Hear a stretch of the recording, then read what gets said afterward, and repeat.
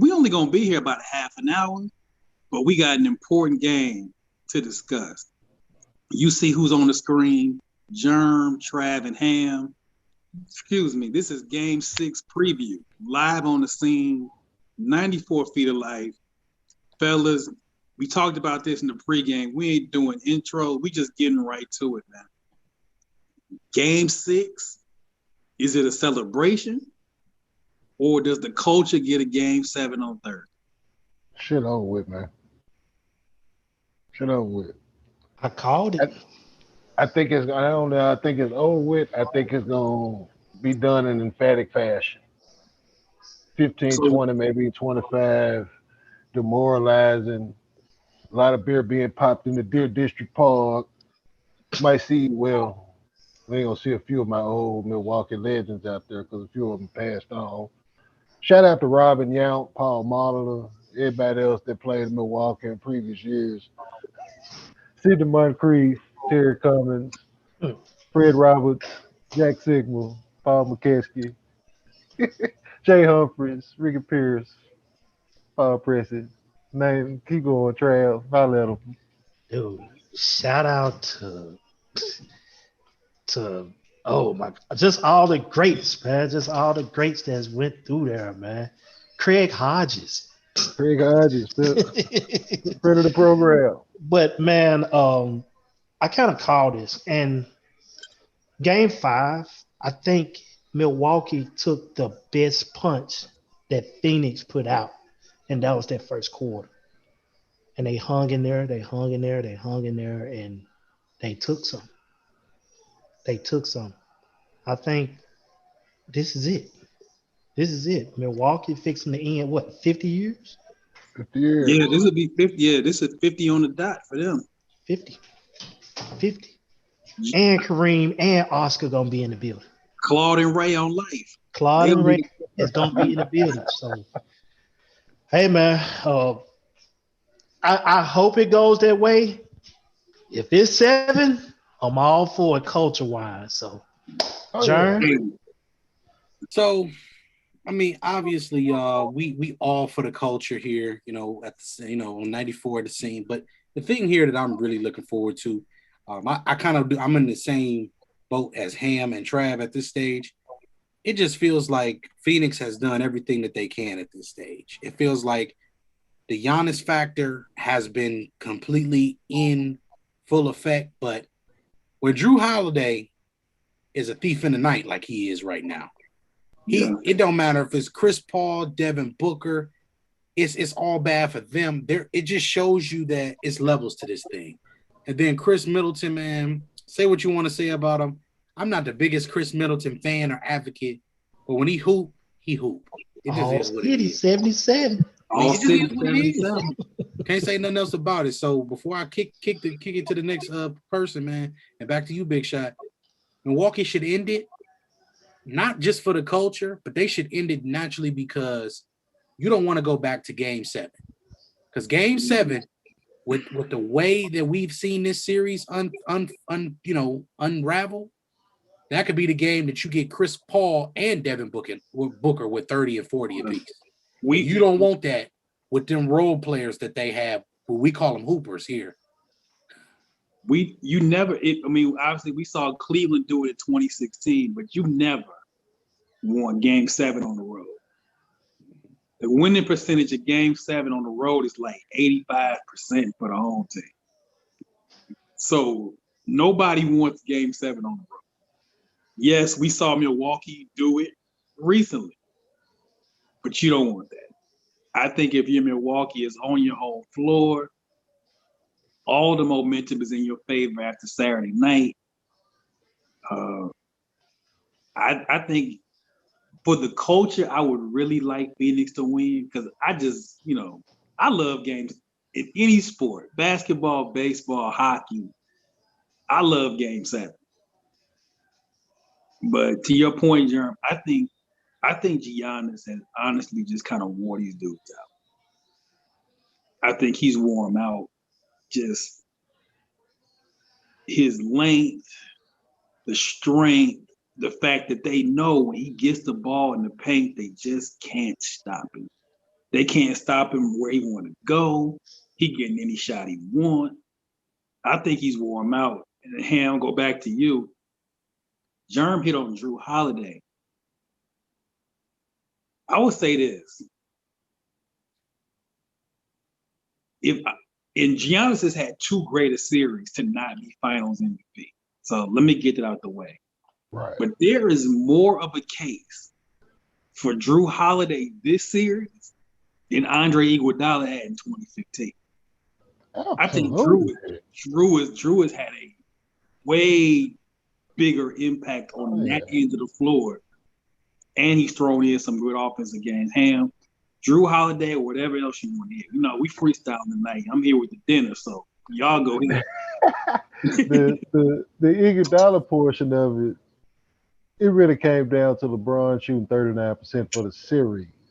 They kind of pushed that wave over to Iguodala, but I also heard Andre Iguodala on the JJ Redick podcast, the old man in the three. He like, yo, out of those three that we won, Steph should at least have one of them. He didn't necessarily specify which one, but also at the same time, he knew that the other two, Kevin Durant was there. So another story, another time on that. With Drew, dude will be 419, 420, but he hectic. He's still impactful.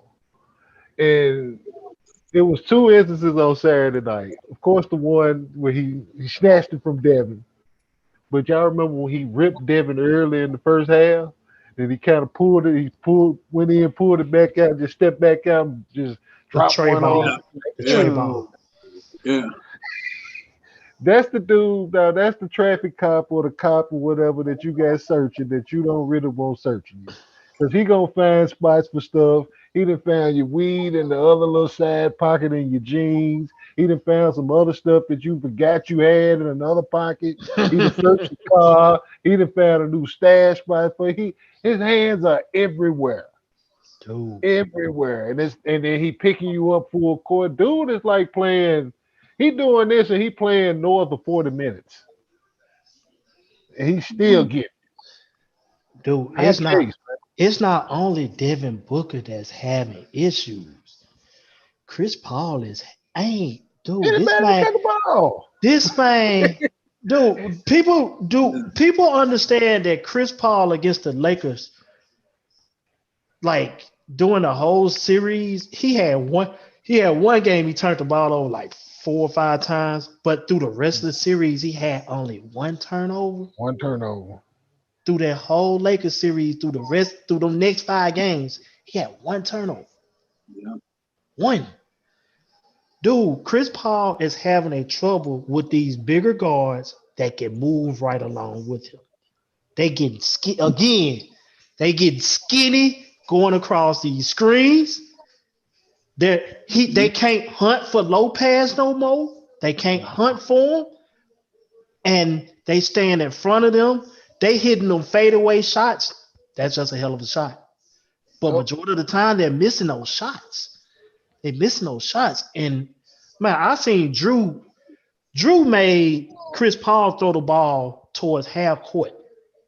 It was like 5 seconds left. He turned and just threw that shot. Like, shot clock over with at that point. Chris Middleton and Drew Holiday are doing a very good job. And I like the switch of what he did.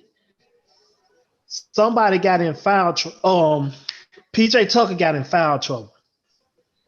They put Chris Middleton on Chris Paul, and they put Drew Holiday on Devin Booker. And that was a real subtle switch.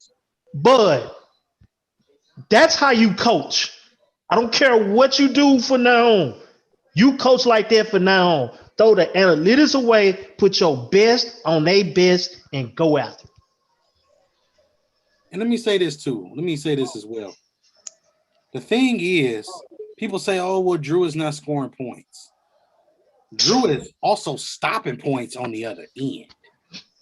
I don't care what look at this from a perspective.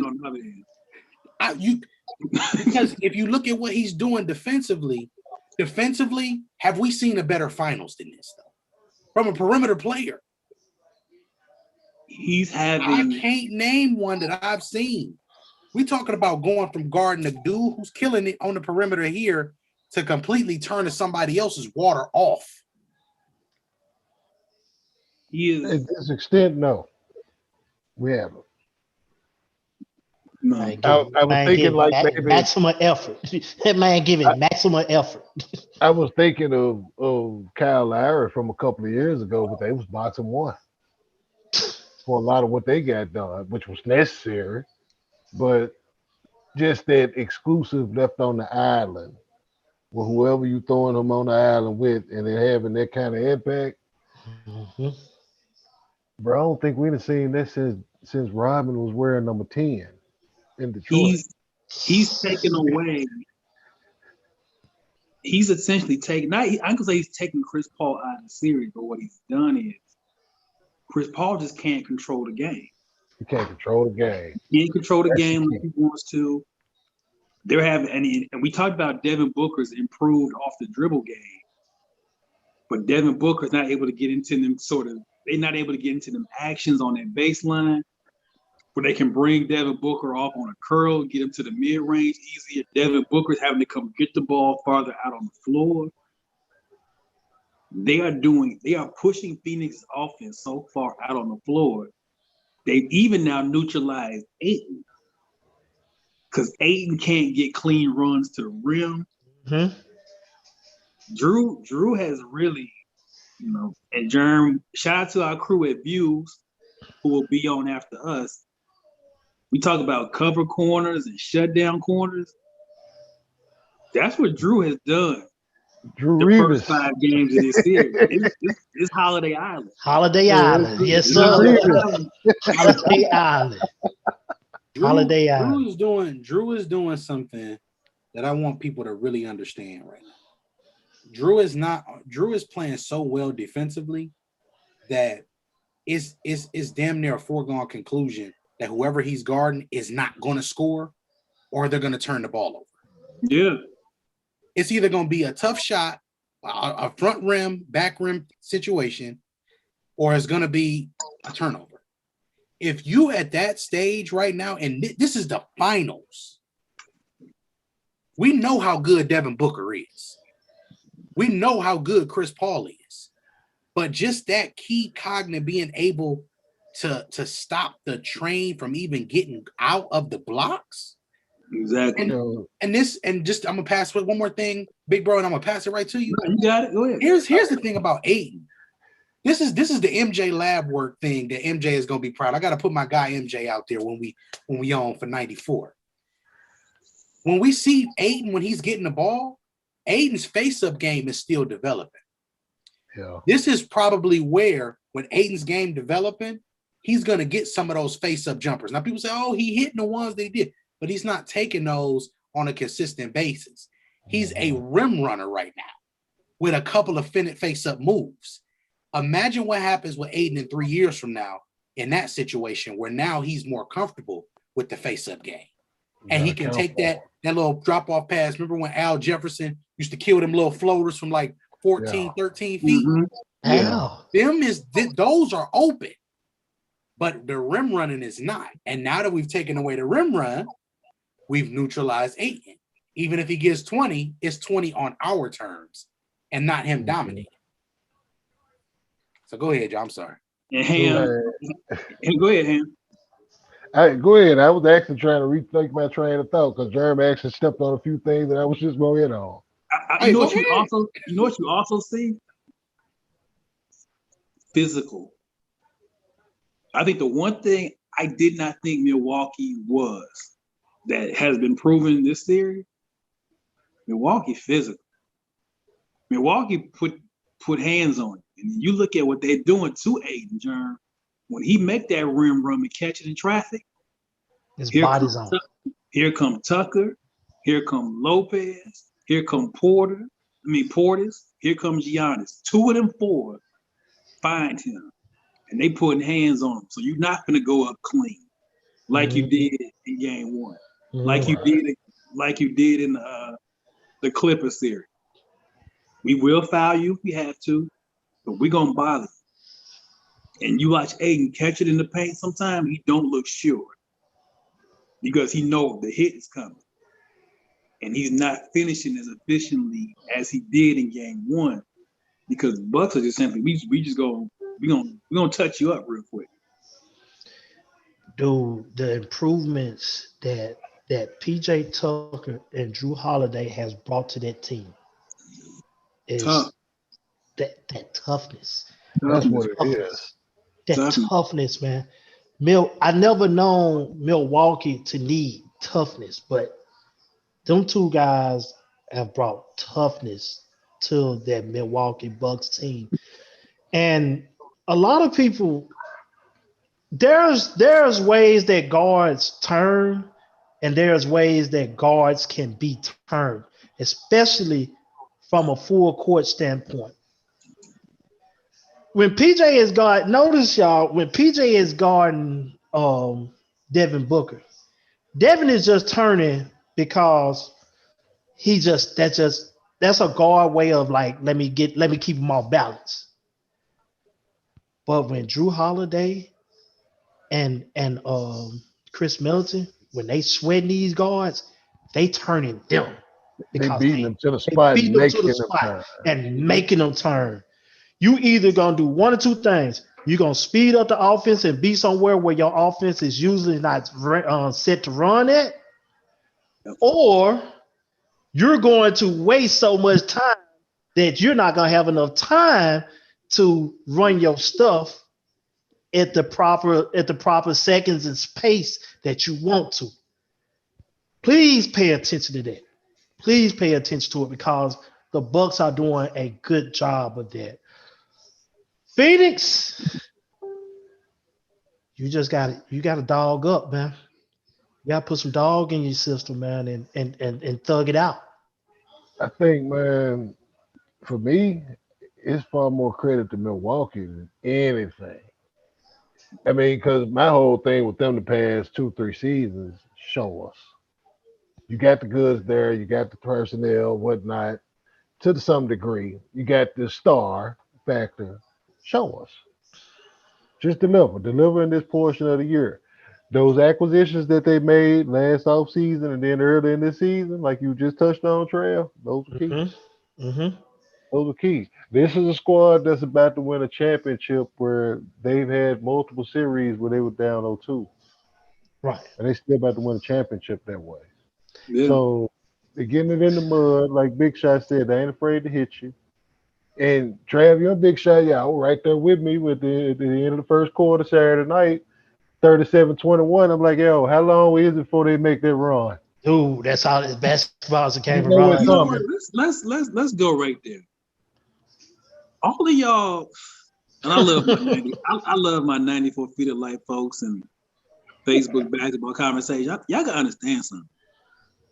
In this NBA, 16 points is only good if it's 4 minutes left in the game. Not even 4 minutes. And really probably about 2 minutes. 16 points in the first quarter is 3. This is a 3-point lead. Too much time now. That means nothing in Them this. folks had the lead within the halfway mark of the second quarter. They were back in front. Hey, they're Golden State-esque. Man, them folks, they walked it down, man. They just walked it down. Like I said before. So I think Golden State. Not Golden State. Milwaukee. I think Milwaukee that took Phoenix best punch.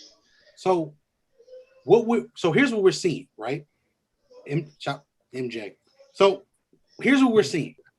We're seeing right now in this situation, every second, third quarter, which Phoenix was kicking their ass in the first 2 games, Milwaukee is now kicking their ass. In that everything. Jern, listen to me when I say this, and I said this at the beginning. Well, after game 3, everything that Phoenix was doing well, Milwaukee is doing well.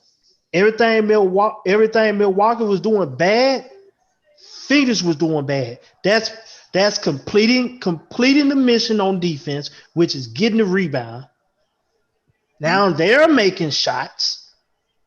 Now they're being the much stronger and tougher team, and they're finishing. Timely threes. Remember, Milwaukee was in a rock fight. They were shooting rocks. What Hov say in that one song? Shooting air balls at the basket. That's what they was doing in that Brooklyn series. But they were getting spread out. That's the Kevin Durant and all of those guys' effect. So in this series, and as you've seen, they have pretty much been able to now they're knocking down these open threes. Primarily, we got PJ Tucker now giving us 8 points, 9 points now. Them is points that we're not even counting. We don't even count. Well, how many people is counting PJ Tucker for 5 points a game in the NBA Finals? I'm going to tell you how many. 0. So with that being said, if you playing and you gambling, I'm going to give y'all something right now. Play the over-under of 5 points for PJ Tucker because now it's looking like he going to hit 3-corner threes or he going to go in there and do that little ugly little layup move he be doing. That'd be rolling around on the rim. I hate when he goes to the basket. I love he is a lost. It's like he is a lost soul going to the basket. He don't got no confidence. You know what it is? He ain't got no confidence. He just ain't comfortable getting anything close to the basket because he is, in the words of Reggie Miller, you're open for a reason. You're open for a reason. He has been open for a reason for so long that he just don't know how to do it. And when he get it, it's like it's Christmas. You don't know how to open the package. You don't know how to open the package. He going up there double clutching and he got a wide open lane. Mm-hmm. And one day he went up there, he did like this with the jump. I was like, hey man, just roll it. You don't know. Look like a professional, just roll it. PJ needed that sauce, man. Look, you gotta go but shout out to him. That was a pickup that mattered at the end of the day. Who was that? PJ Tucker. PJ Tucker. Call it what it is. Ski mask work with no ski mask. Hey, that's the Reeboks with the peanut butter soles right there. He's there for that type of activity. See, you gonna have to have some peanut butter sole dudes to win a championship. That's just history shows. Let me go ahead. PJ Portis. Yep. You need guys. You need like as much of the game as the analytics and corner threes. You still need tough guys. You still need a couple guys on the team who it's effective toughness. They're not doing just stuff for the sake of doing it. Mm-hmm. It's effective. Bobby Portis. We laugh at Bobby Portis every time we watch, but crazy eyes. He's out there. He's out there. Him. Let me give a shout out to him and Penthouse Pat. Penthouse Pat. I don't know what Penthouse Pat contract look like. Germ is our contract guy. He could pull it up for us. Penthouse Pat about to get paid. Get a few bucks. He about to be able to afford a penthouse for real. He's contributing that game. What was that game? Game 4. Mm-hmm.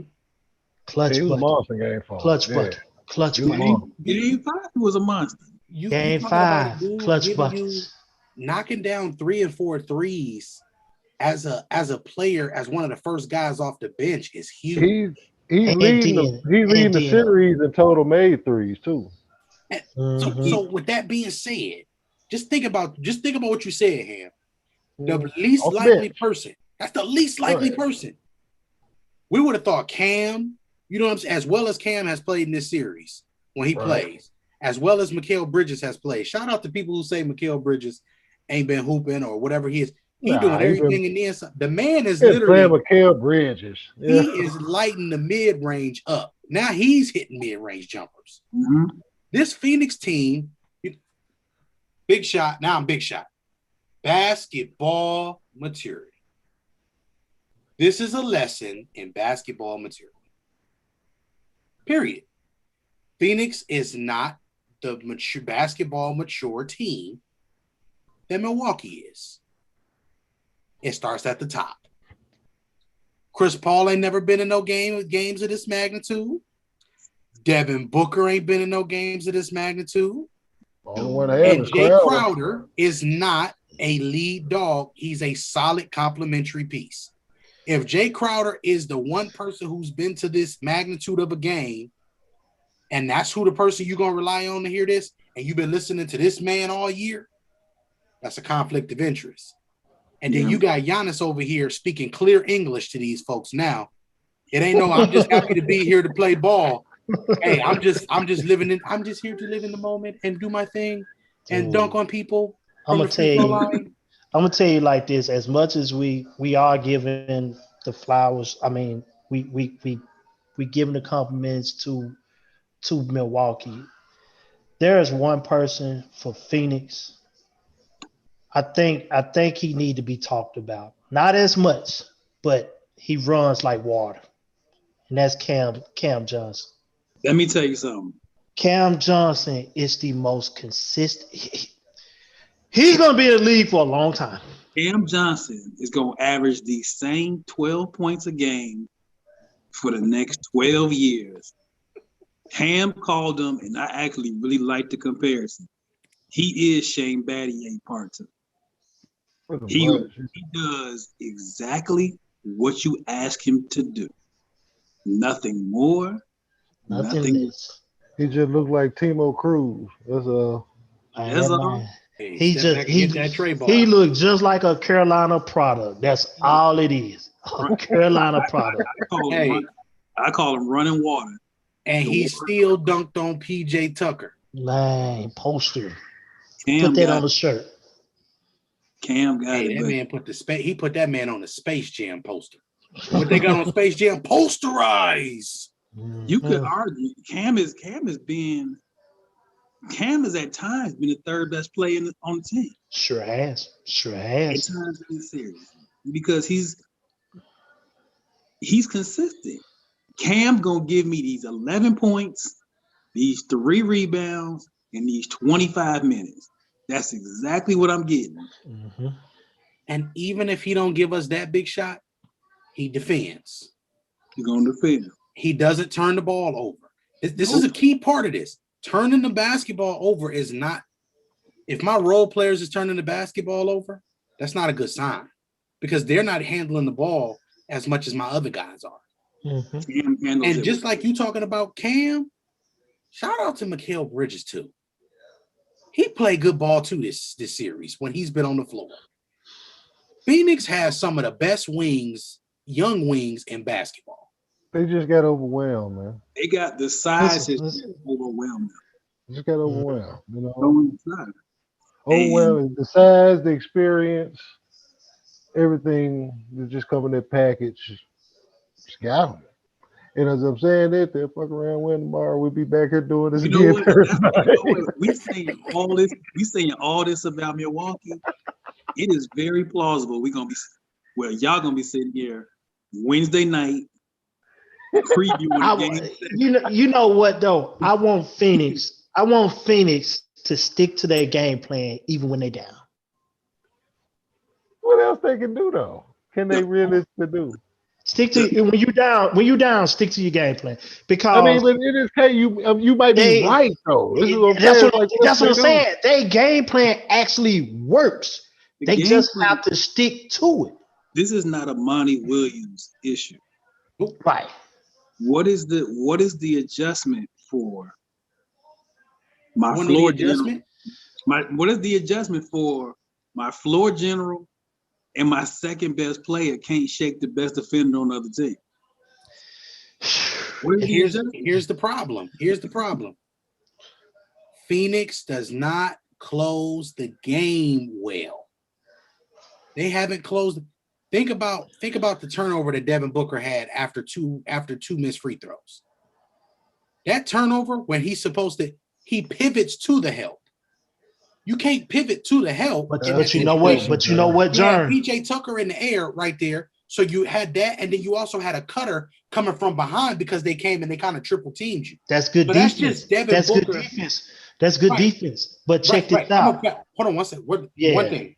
But the thing about it is, is Devin Booker is still developing a certain part of his game, which is understanding and identifying where people are coming from on the court and having the court awareness and understanding of where the ball needs to be in those situations, because that's when that turnover happened. This is nothing more than basketball maturity. And to your point, and this is what makes, as we go back to Drew Holiday, Drew Holiday's hands are so good, you can't put the ball in front of him. So you can't play with. Talked about he's turning people.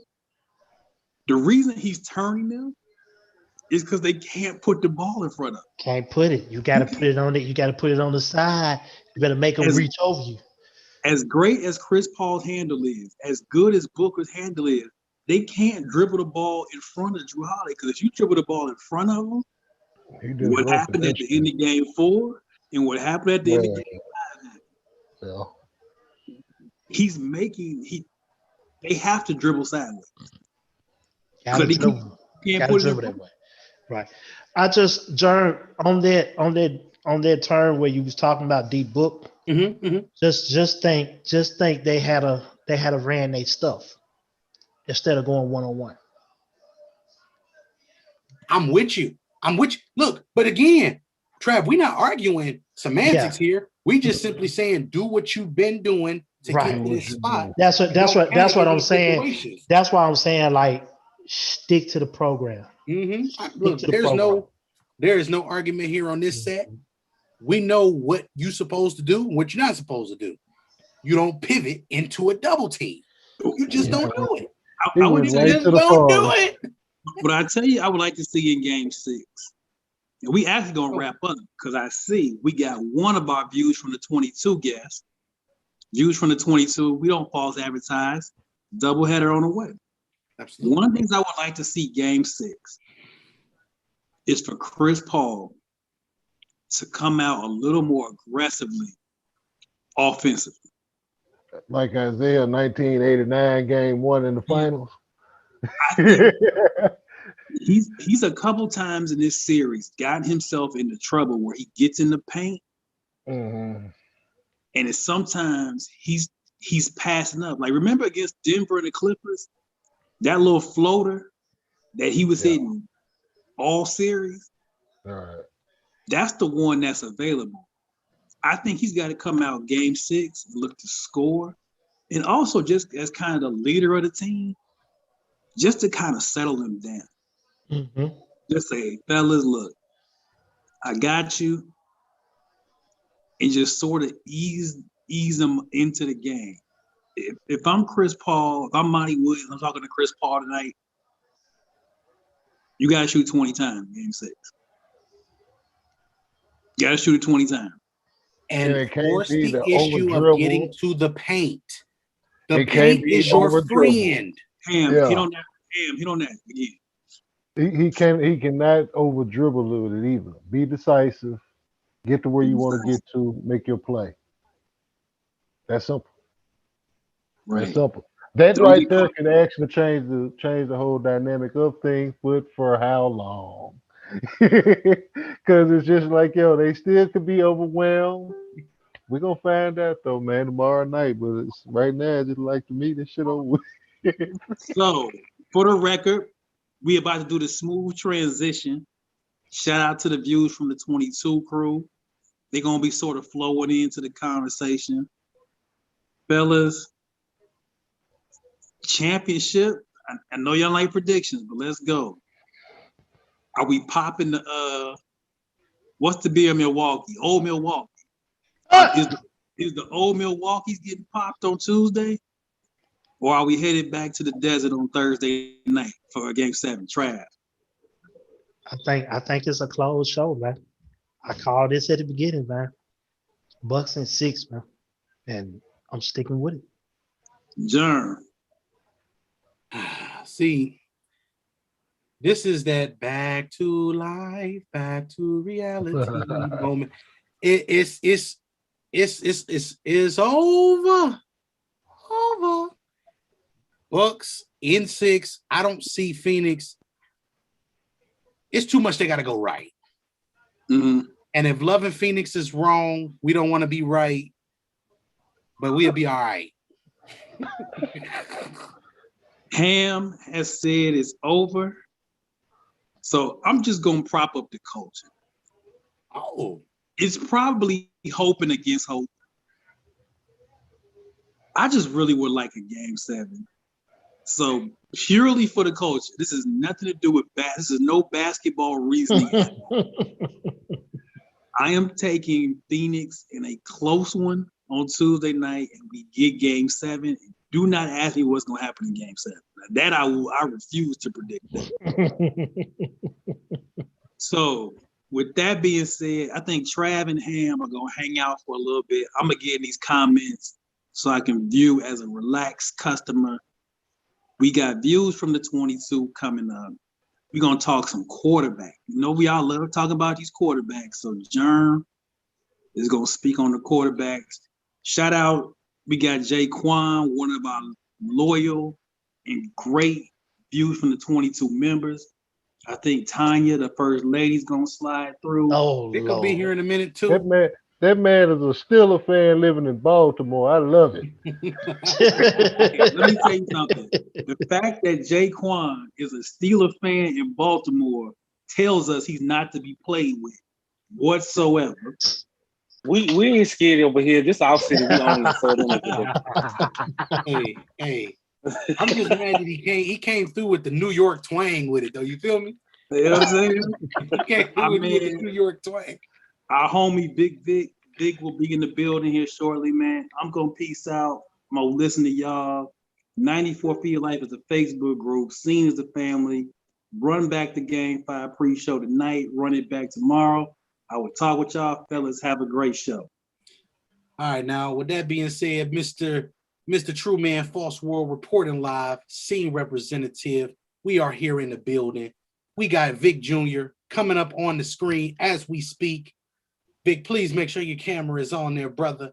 Jaquan, man, we getting tipsy tonight. What we doing, man? What's going on, man? You good? hitting the what tonight? We getting tipsy or what? You know, that's the chicken head Jones right there. You gotta hit that jump. Hey man, look, we ain't even gonna go to do no crazy intros. Y'all know the usual suspects here.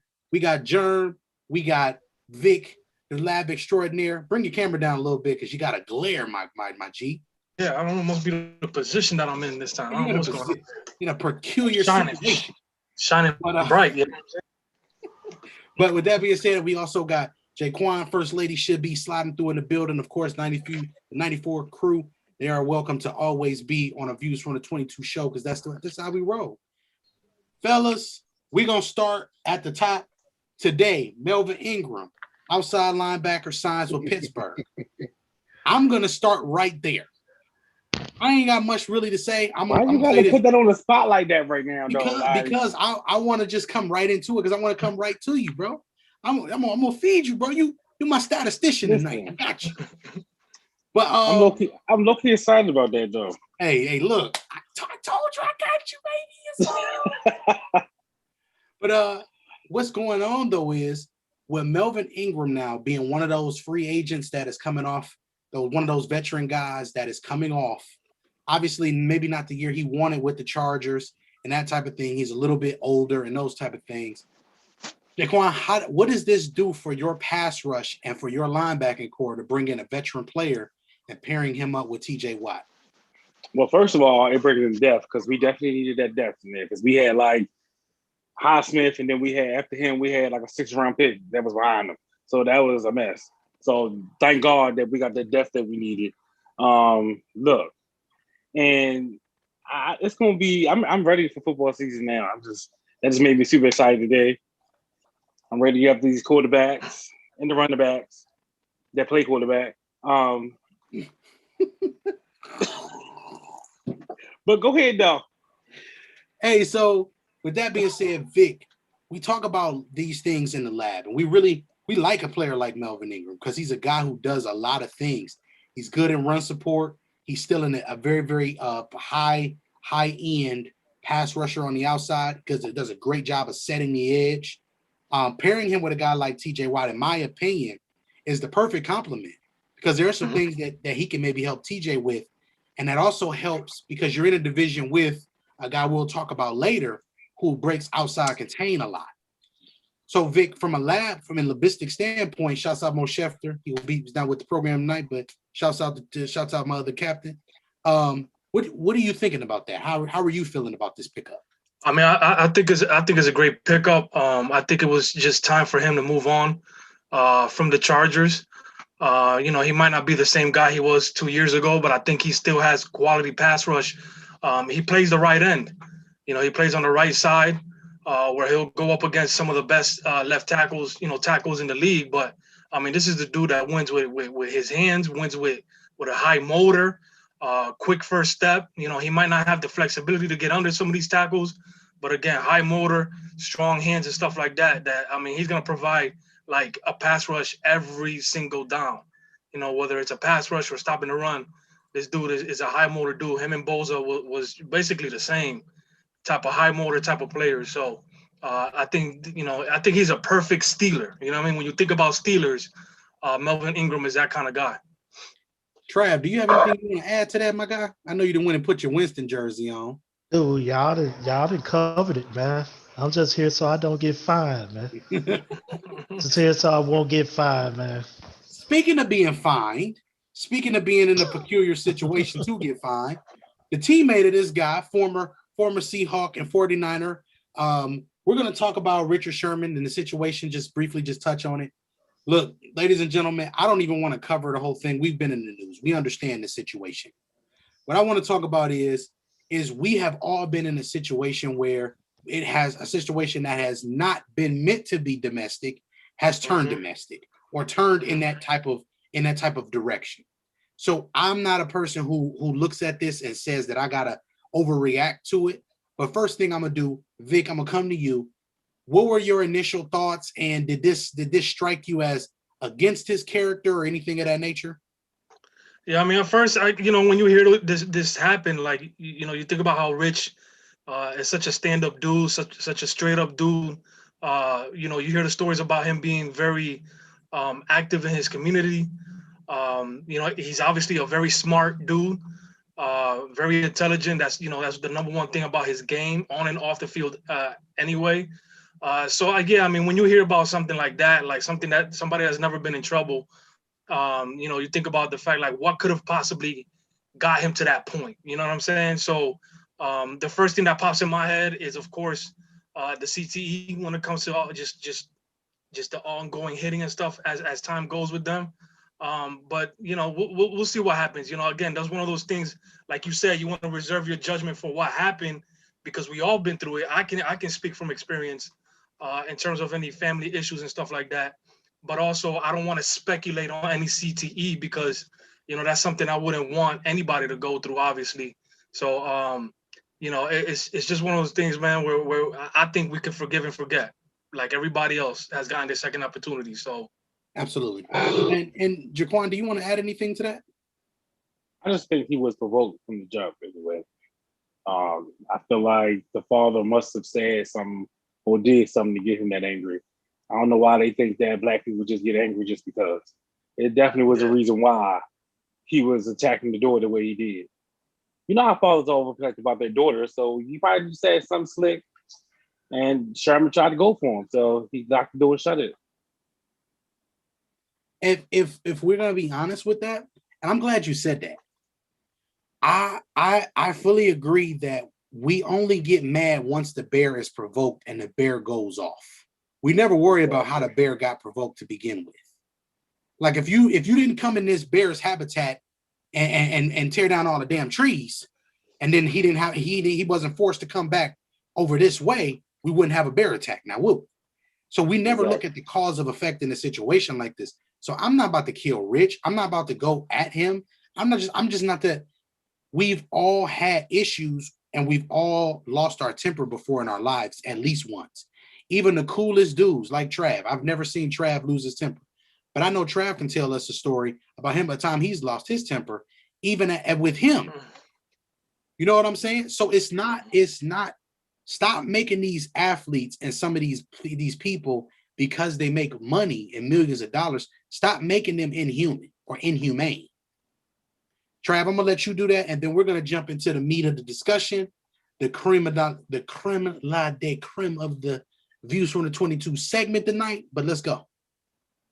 First, before I tackle this subject, I'm just gonna ask y'all a yes or no question.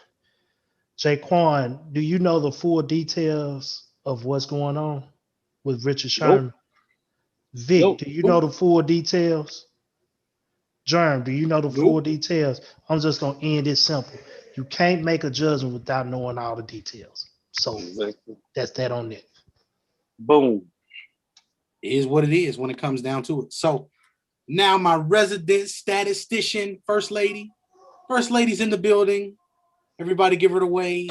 Oh Everybody give her the Lord. wave. Oh Wait. Lord. Give it Oh away. Lord. Give her the wave. I don't get no way. I just get cursed out. Nah, this gets this out. So, of course, Tanya, now with you coming in now, First Lady, we're going to ask you the Richard Sherman situation. Is there any feelings or things that you would like to disclose at this moment? Not really, no. I Okay. don't think I think it's being made to be a bigger deal than it is. Mm-hmm. That happens a lot. So I'm not Every day. We all just said the same thing. It happens a lot. It's just he got a couple more dollars than most people, and they got expectations. So Yep. now we're gonna get into the meat of the conversation, what we really wanted to talk about today. While we all here, now we're gonna have fun with this when it comes down to it. I'm gonna be real with y'all when it comes down to it. But shouts out to my guy KG in the comments. I'm gonna holler at you about this shirt because I can get you one. I got you because you my guy. I got you. But at the end of the day, we got a 2017 quarterback class, which was Mitch Trubisky taking 2. We had Pat Mahomes taking at 10, Deshaun Watson taking at 12. Then we come back the following year, and then we have Baker Mayfield number 1. We had Sam Darnold number 3. We had who is that? That is Josh Allen number 6. And then we had Lamar Jackson at 32. So what we got going on here in this situation is we're going to discuss the quarterbacks. Now, first thing is I'm going to discuss the 17 guys first. Now, Deshaun Watson and Patrick Mahomes. Mitch is now currently the backup for Josh Allen, which is funny in its own right. Me and Vic told y'all, we got on the table and we stood there and said, this is not it. But y'all didn't listen to us. We tried to tell y'all. But at the same time, with all of the things that we have, let's start with Patrick Mahomes. Statistician. If my guy Jaquan building with the stats and everything, I gotta dance every time I say the name because you're getting tipsy. Oh But my. Okay. teen drinking is very bad. But we got Pat Mahomes here. Now with Pat Mahomes, the most beautiful thing about this is we're talking about a guy who started 1 game in 2017, right? Jaquan, what is Patrick Mahomes' record in his NFL career? 38-8. So 38-8 is his entire record, his entire career. Vic, I don't know if you were aware of that. That's dope. That's dope. Vic, I don't know if you're aware of this. I don't know if you paid attention. Him being 38-8, he lost 3 of his 10 losses total in his career because he's only lost 10 it's games 12 total. to 12 What's to Tom Brady? to 12. 3 of his 10 losses are to Tom Brady. Yeah. He's 1-3 against Tom Brady. Yep. With that being said, that's first of all, that in itself is stupid. That's dope. That's dope. Like 5 games to be 3-5, to be 2-3 against the GOAT is crazy.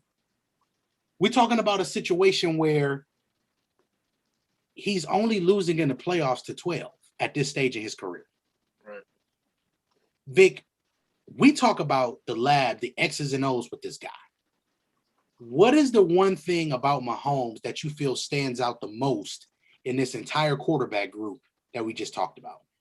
I mean, bro, his arm strength and like off of different platforms has to be the most unique thing we've seen in this league.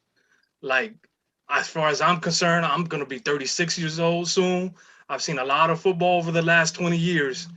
I mean, that kid has different arm angles. You got a 3/4, you got over the top, you got sidearm from different platforms too, meaning that he can get out of the pocket, he can throw off of 1 foot, he can throw off his front foot, leaning back, all kinds of angles. So, I mean, and just the way the ball just pierces through the air, if it's 30, 40 yards downfield, like it's incredible.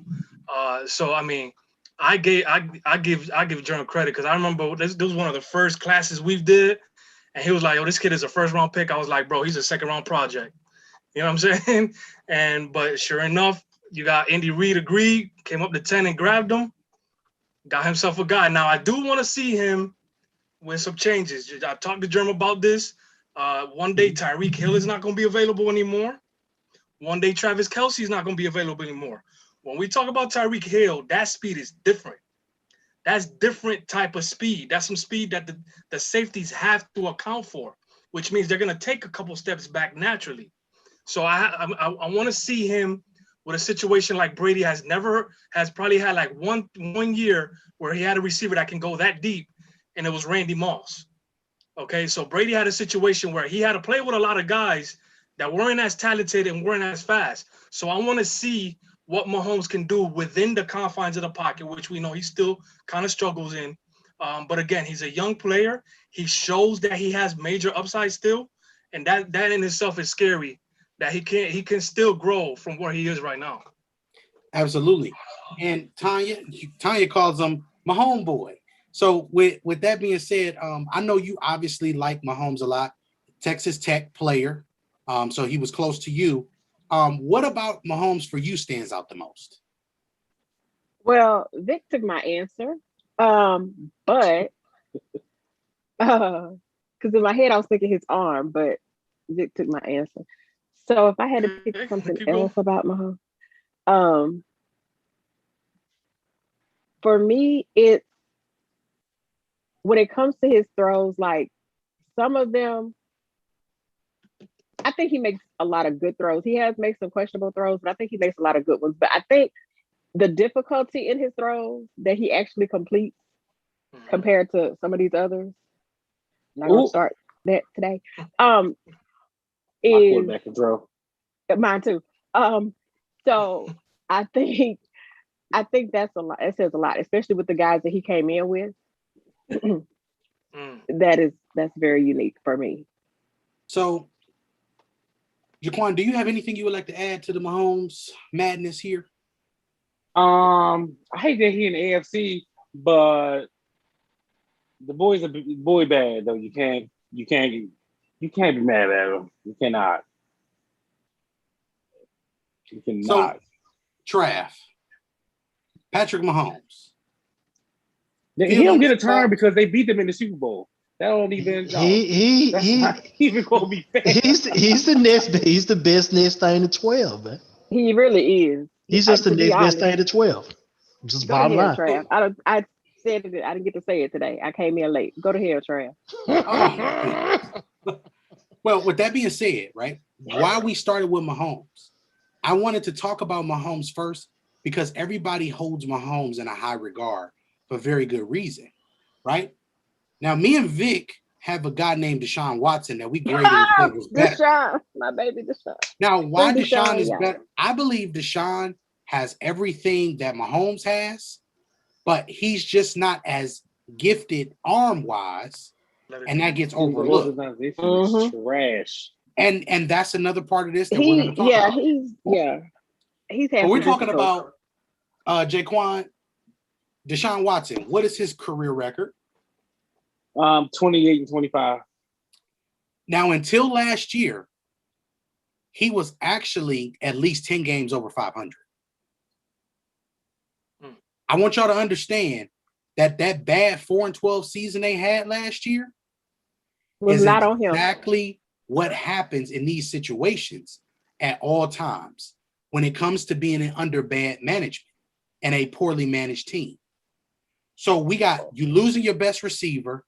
never getting the proper offensive line guys around you, never having draft capital. Shouts out to Les Stewart, and all of those different things. So all of that comes together, and then we're in a situation here where this guy is in an organization that he doesn't have the proper tools.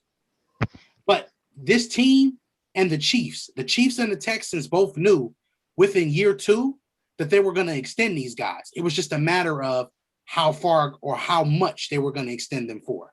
So now let's transition into the 2018 guys. We got Baker Mayfield, the first overall pick in 2018. Jaquan, what's his record? 23 and 22. 23 and 22. He just coming off his first winning season. We got a situation here where, I'm sorry, I'm not taking your job. I just want to put this out there. Baker, respectively, in 3 seasons with the Browns, has actually been the most consistent quarterback out of this entire group, except for Mahomes and Watson. Why is that?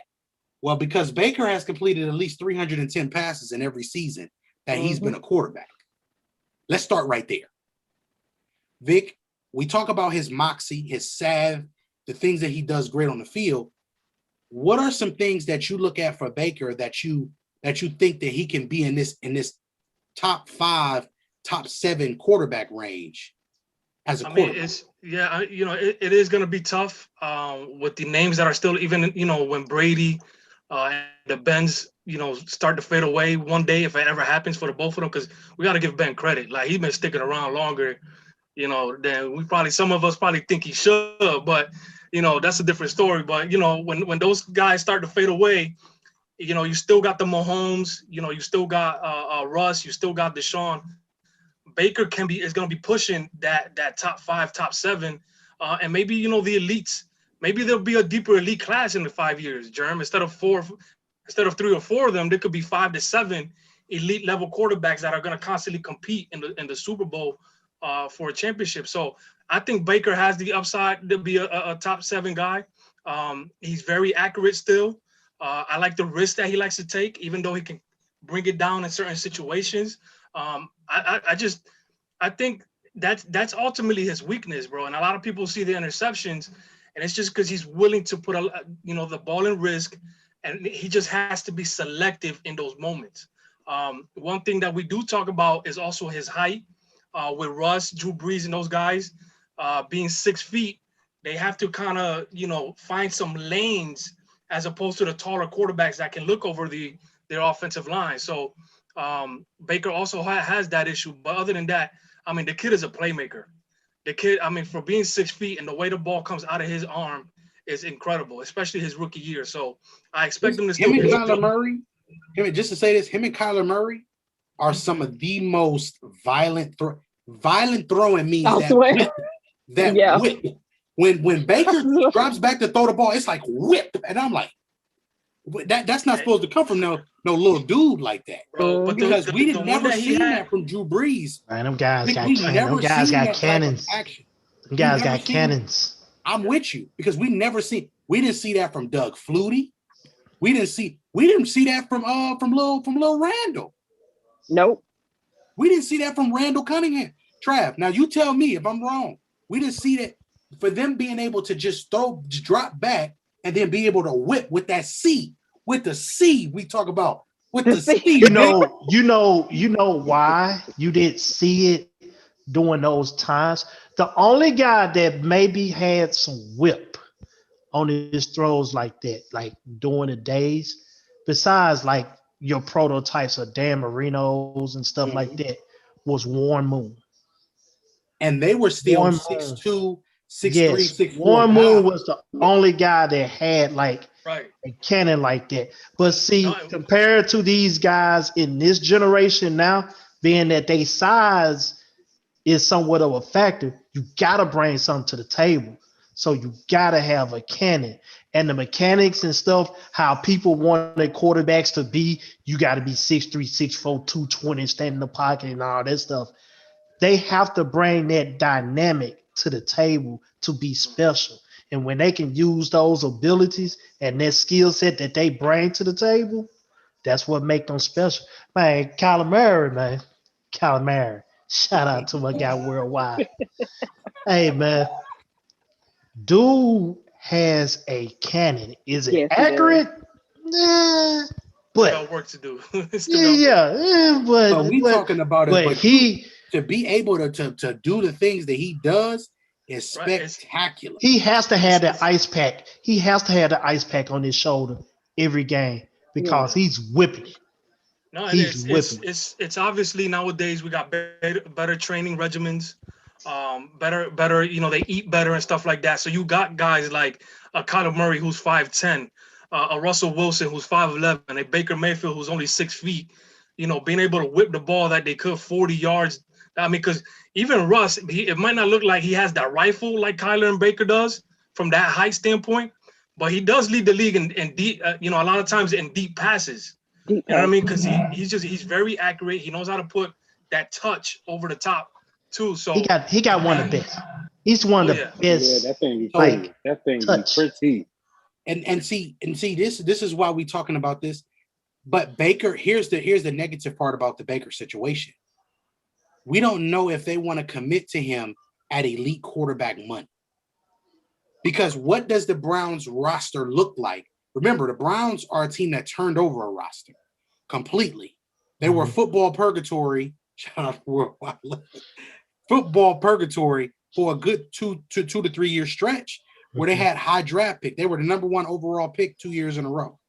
Ultimately, what that turned into is they got 3 of the 4 prime positions, which is quarterback, defensive end, cornerback, and left tackle. And ironically, the last four picks that they've had in the first round until last year, but even then was a cornerback. They've picked those positions. So with that being said, is Baker now? I don't think realistically you can get rid of him, right? Because you don't have anybody in place that you can take that chance. But what type of money are you willing to pay? He delivered the first playoff season for the Browns since they've returned, except for one. I mean, I'm looking at it as I brought this kid in after a 1-15 season, and all of a sudden my team was 7-9. You know what I'm saying? So you put him in the game. What, week 2 was it against the Jets? And It they was won week 3. Week That 3, Monday night. Week 3, second half. That Monday night game. And then all of a sudden they win 7 games that season. So is he worth 7 games? Then 2 years later, you got a nice running game in front of him. You got a nice offensive line. I mean, those guys are unbelievable to watch. It's just beautiful to watch that offensive line block. So yes, he has the pieces, but you need that quarterback at the end of the day. And I think, again, we will see what level Baker can be, but I don't think you could find anybody right now. You can't just draft somebody and throw them in there. I'm with you. I'm with you. So what we're going to do is we're going to come back to that after we get to all of the other guys. So the next guy in the next project here we have is Josh Allen. For Josh Allen, Mr. Club Getting Tipsy, what is his current record in the NFL? 28-15. 28-15. Now, I know Deshaun is 28-25. We got Baker at 23-22. We can say that Deshaun comes in and he's put into a situation where at the time, remember, the Texans were at least a brink playoff team, right? They were a team that was transitioning more from a defensive football team to more of an offensive football team. And that's evident by the way their defense plays, y'all. I just want to let y'all know that's football purgatory on defense. And that is terrible. And I said, because it's bad. But what it is we have Pat Mahomes, who was also taken by a team that was a playoff team as well. So we spin that and we come down to a guy like Baker, who has an above 500 record, and he was taken first overall on a 1-15 football team. That sounds like you've improved over 3 years. Why is a deal not done? That will be my first question. Then we come to Josh Allen, who's had the most success out of all these guys not named Pat Mahomes and the other guy that we're going to name in a second. Josh Allen is in a unique situation for me. I'm going to say this, and then we're going to actually go around the horn for Josh, because I know Tanya and Jaquan really don't want to talk about their division rival. Baker Mayfield. They'll talk about Josh a little bit. I don't have a problem talking about Baker. I like him. You like Baker? I hate him. I like Baker. I hate Yeah, him. I do like Baker. Hey, well, see, at least Jaquan was honest on this. I am honest. I don't have a problem with Baker. I really don't. Okay. We gonna see in a minute. We gonna see in a minute. I mean, I really don't. Hey, girl, we gonna see in a minute. Hey, girl. But with that being said, Josh Allen for me, Vic, it's the intellectual quarterbacking for me. It's understanding what you see in front of you and being able to translate that on the field. We watch time and time again in big games where teams are able to scheme around some of the things that he has on the field because he's still not processing certain information. He's not understanding the leverage of the safeties that he needs to understand. Okay, this is not the right pass to make in this situation. He's not understanding, hey, this guy right here, when he turns his hips right here, he's turning his hips this way because he's showing me that he's going to give me a man look and it's going to turn the zone. Right. And he's going to bail. So it's a lot of things there that I see that are problems for him. So we're going to start right there. Vic, what is the issue with Josh in big games? From a logistic standpoint, is it just football maturity or is it a lack thereof in the mental department? Right. Josh is another guy that we like coming out of the draft. I mean, his physical gifts obviously are evident. You got to do with probably one of the strongest arms, if not the strongest in the league, plus the size, right? Plus the ability to get out of the pocket. But then what happens with these kids that want to get out of the pocket often, they're not doing what the things that they need to do is reading the defense, like you said, reading the depth of the safeties, of the corners, and the positioning that they're in. I think that, again, I would agree with you there. Intellectually, that's where he needs to improve. And then on top of that, just consistency with his accuracy. There's plays like we did the film study with him last year. There's plays where he even got out of the pocket and was hitting some accurate throws, but then he was missing guys underneath that should have been easier throws for him.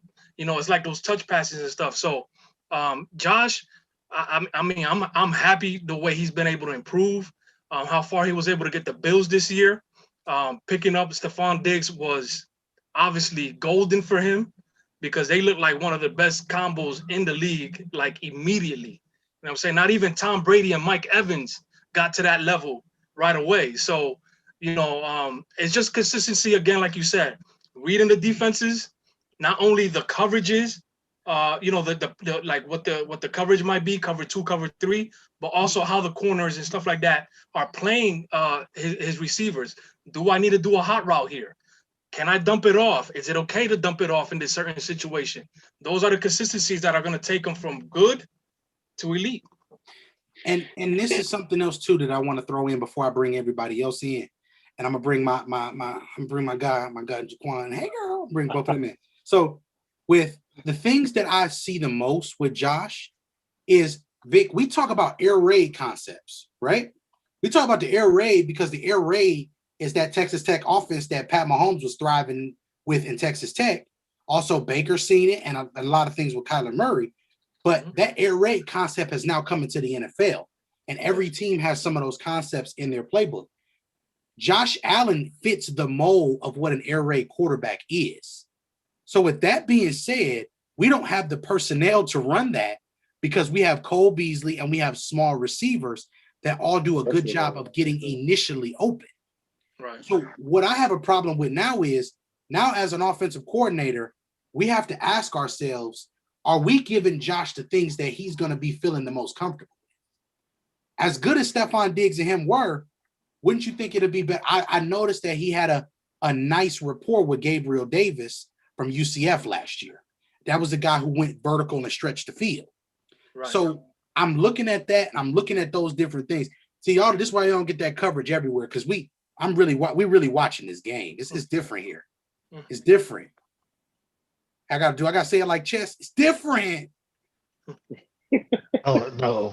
It's different. No, but I got a question though. I got a question. Get your question, then I'm gonna go to them. Yeah, so a lot of these quarterbacks, sometimes you may have to question, are they quarterbacks or are they football players?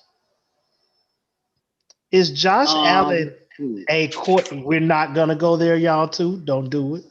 We getting there. I mean, We getting there. We getting there though. I was gonna Come on, go there. You Come know on. where I'm about to Come go on. with you. Come on. Is Josh I'm ready for this. Allen a quarterback or is he a football player? Hey, I was gonna go there for them, bro. Right now, we got a situation. If we comparing, right? If we comparing the situation, Josh is a quarterback He's in a comparison quarterback. to the Baltimore. I Ooh. feel like I understand that. I totally understand it. But I'm not comparing. We're gonna get there. But I'm not comparing. But I'm asking from a skill standpoint. Do you see? I mean, That's a great question. it's okay. It's okay to be a quarter. It's okay to be a football player because a football player that plays that quarterback position can be a quarterback. It's like Cam Newton. It's like Exactly. Let me say and that's a comparison that we heard a lot from Josh Allen. Is a Cam Newton type of style that he plays. All right. So like we said, like he hit it perfectly. Is he gonna get better intellectually? You know what I'm saying? Is he gonna trust what he's seeing and be able to develop that stuff right at the moment when he has to make a play? And before I pass it, my last thing I'm gonna say. Quarterbacks can be football players. The problem is we don't see a lot of football players that play quarterback win in the grand scheme of things. Bingo. Football is the one sport that we kind of need you to be semi-robotic. Your three worst athletes on your team are your quarterback, your kicker, and your punter. Punt returner. Your punter, yes. So your punter's job is to kick the ball as far away and as close to the sideline as possible to set up the coverage. And he got one job. What's his one job? One job. You got one job as a punter. And that's what it is. Your job as a kicker is to do what? Make field goals and kick the ball off as far as you can. Kick it through the goalpost every play. You got one job. Your quarterback has to know what the defense is thinking, has to be able to adjust, has to know where everybody is supposed to be lined up. He is the most mentally fatigued person. He has to know more sometimes than the head coach has to know. He's basically the coach. He's basically the coach on the field. Exactly. 2 jobs.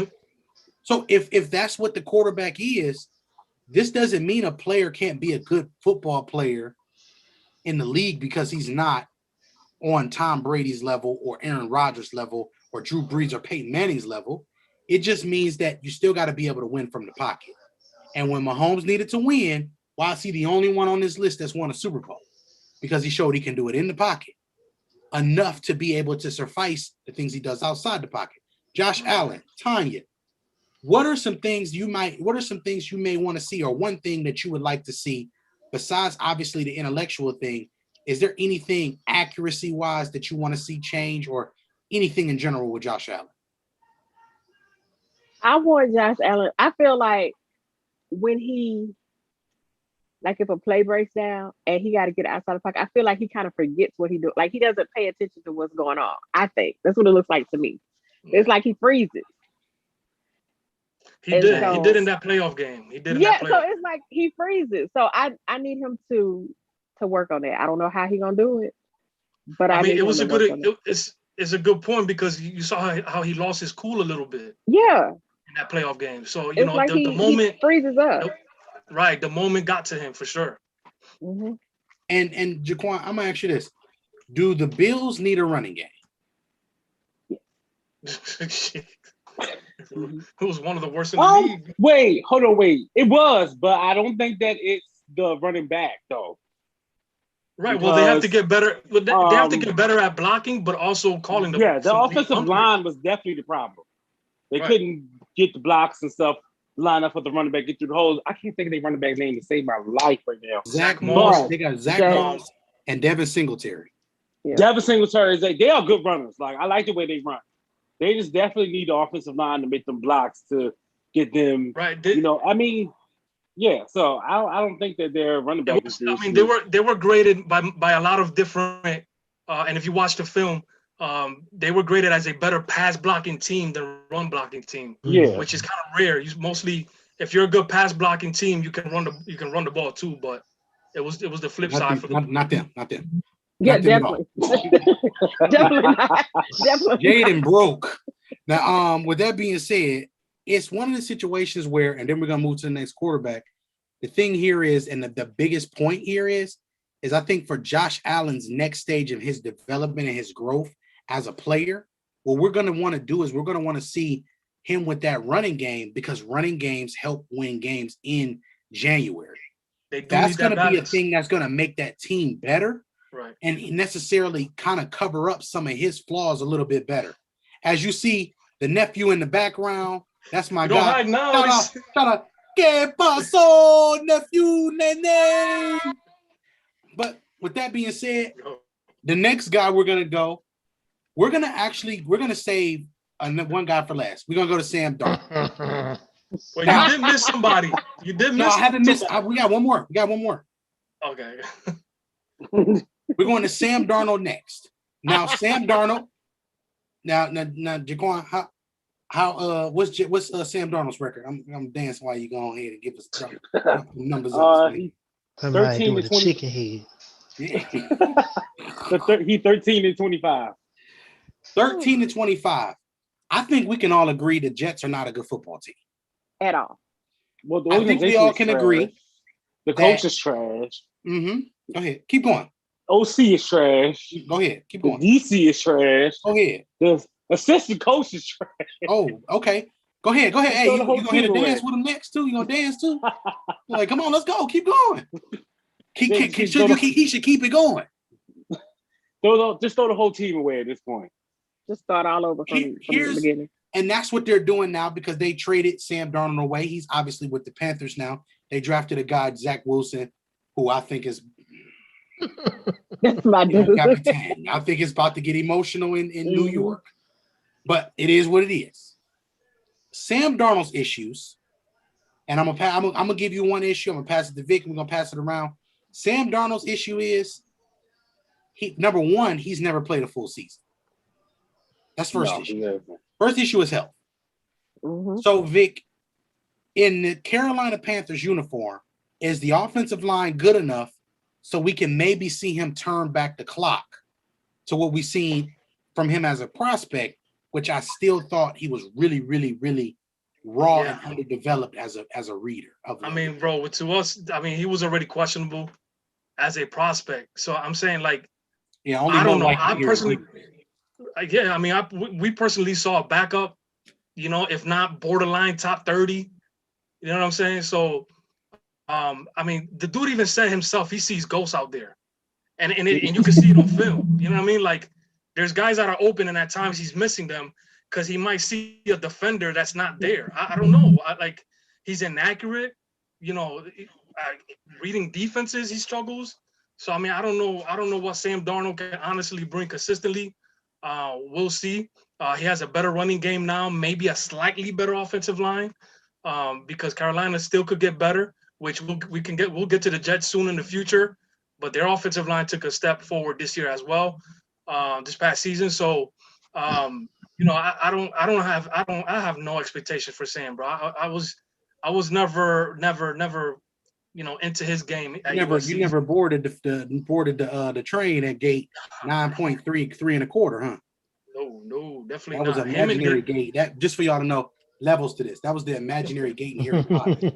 Just to show y'all how far this knowledge goes. It's crazy.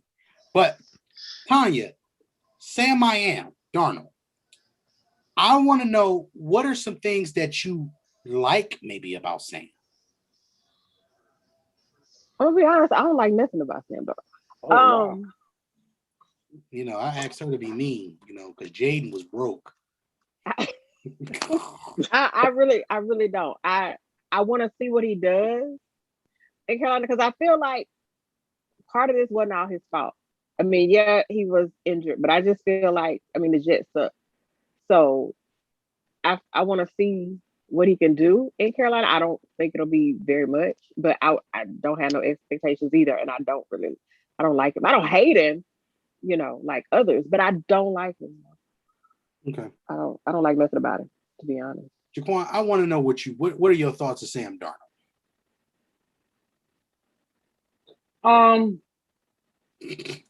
Right, right. He got a nice haircut. That's about it. Well, ladies and gentlemen, that leads us to the last and the Hold final up. quarterback. Hold up. Oh, I do you got got something a you want? question. I know you want to say nothing about Yeah. him because No, because I want to ask, is he basically gonna start for Carolina? yeah. Good. Probably. Good. Wait, Make him who's more. that other quarterback? Who? Teddy Bridgewater got traded to Denver. Teddy's at Denver. Mm-hmm. Hey, and Teddy got Oh, traded they to got Denver not for a Ike Taylor. 6th-round pick. Tyrod Taylor, I think. Yeah, What? Teddy is at Denver.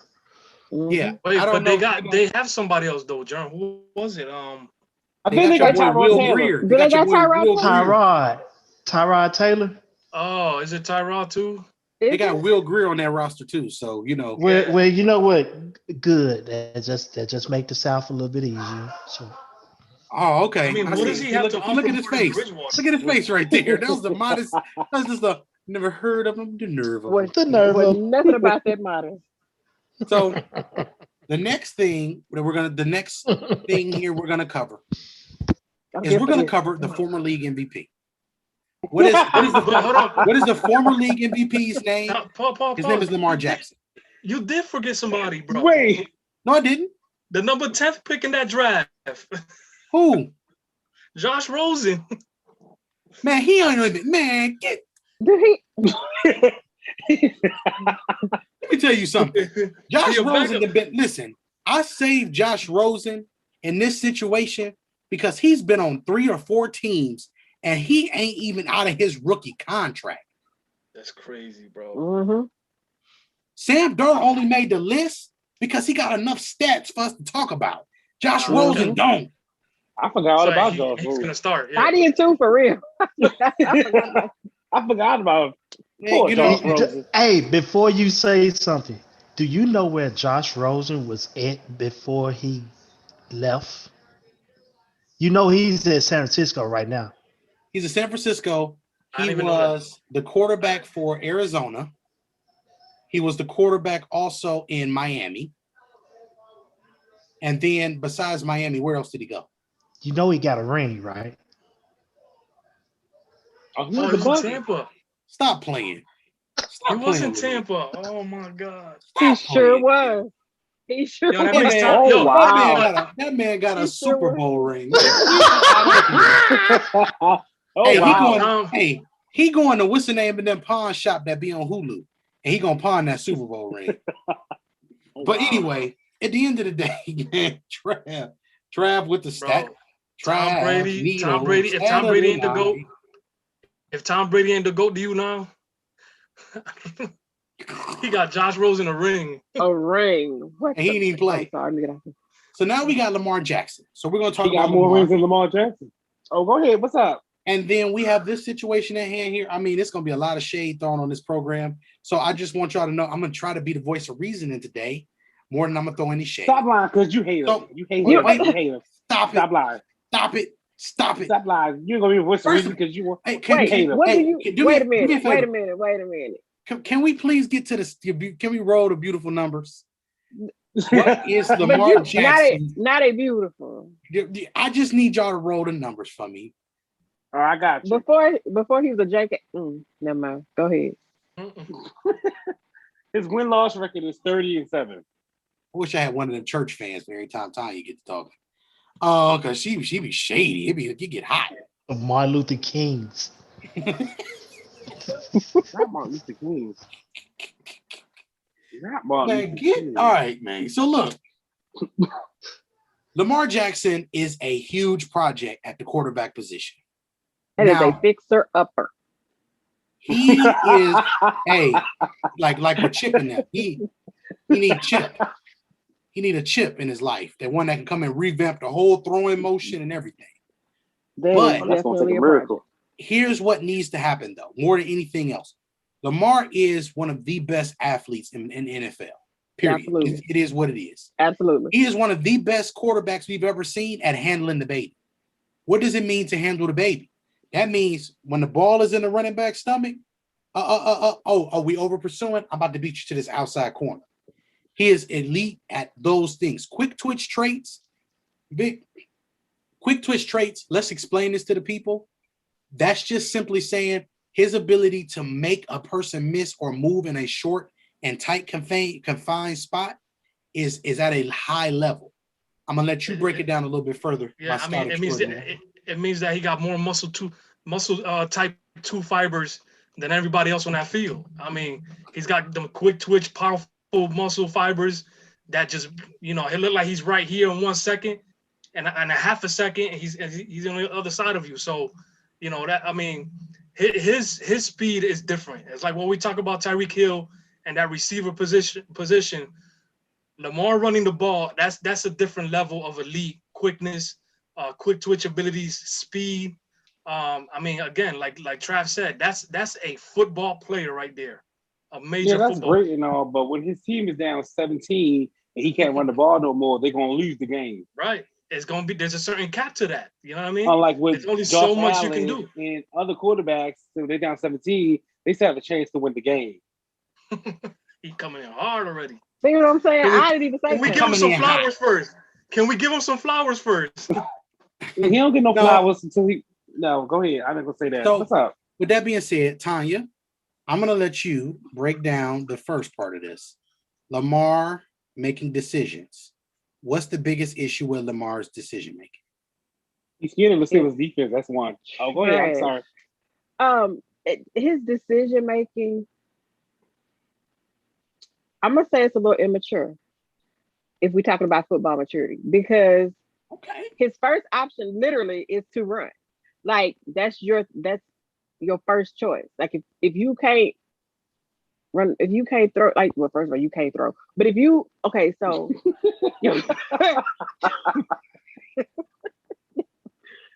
your first option is to run. Like it's like you forget about the play. If something breaks down, you run it. Like, sir, that wasn't even the play that was called, sir. Like, and then when you try to throw it, it's like either incomplete. Yeah, it's either incomplete or it's, on our case, intercepted. But I just don't get it. I think he needs to learn. It's like he can read defenses, but he can't read them, if that makes sense. So, because he can't read complex defenses, like teams like us, Kansas City, those are the teams he has issues with. He's okay with teams that don't really have much of a defense.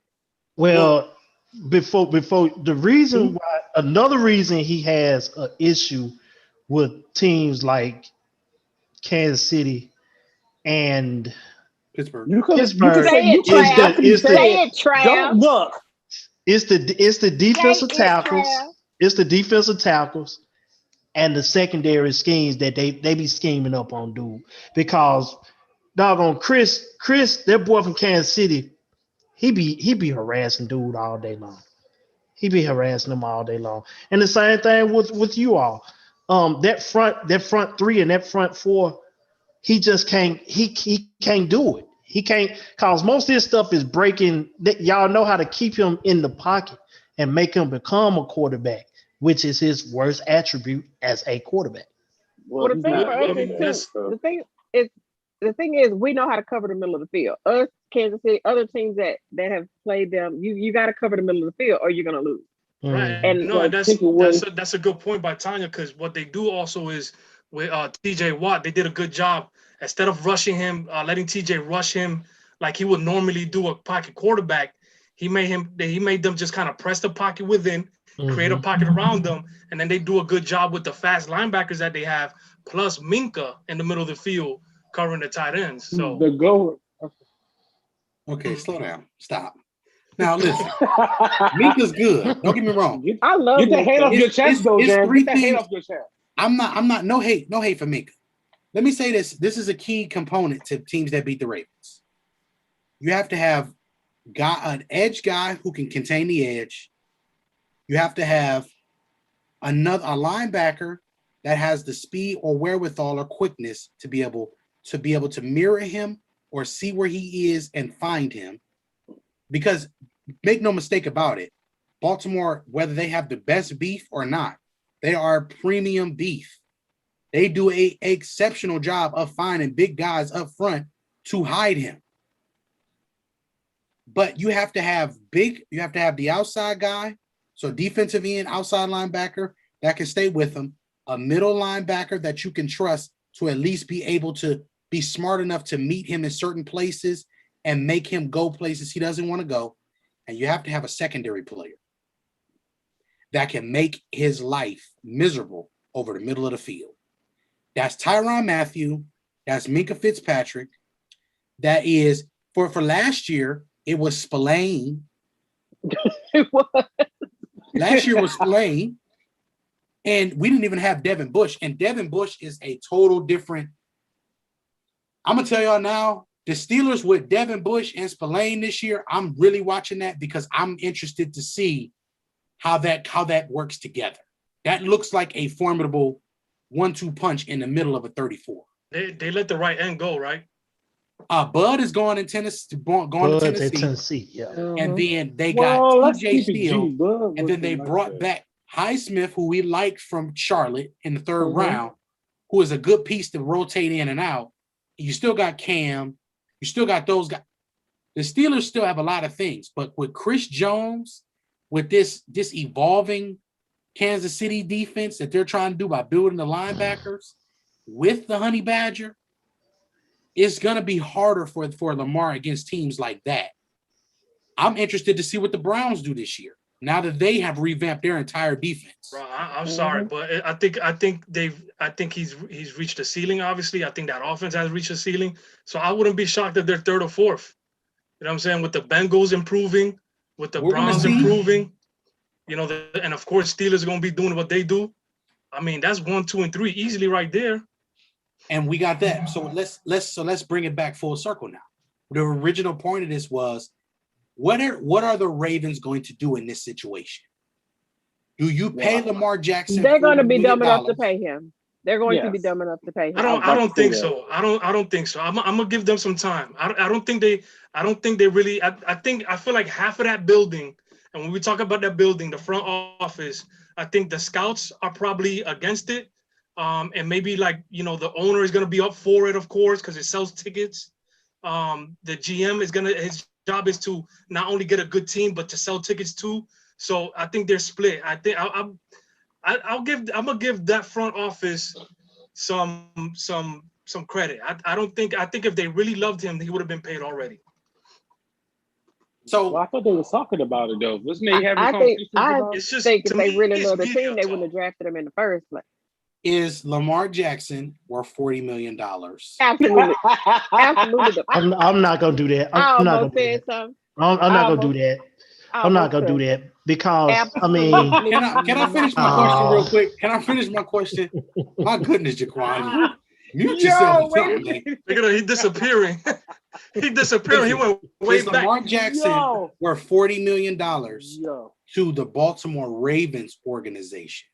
Absolutely effing not. No. So you guys say no.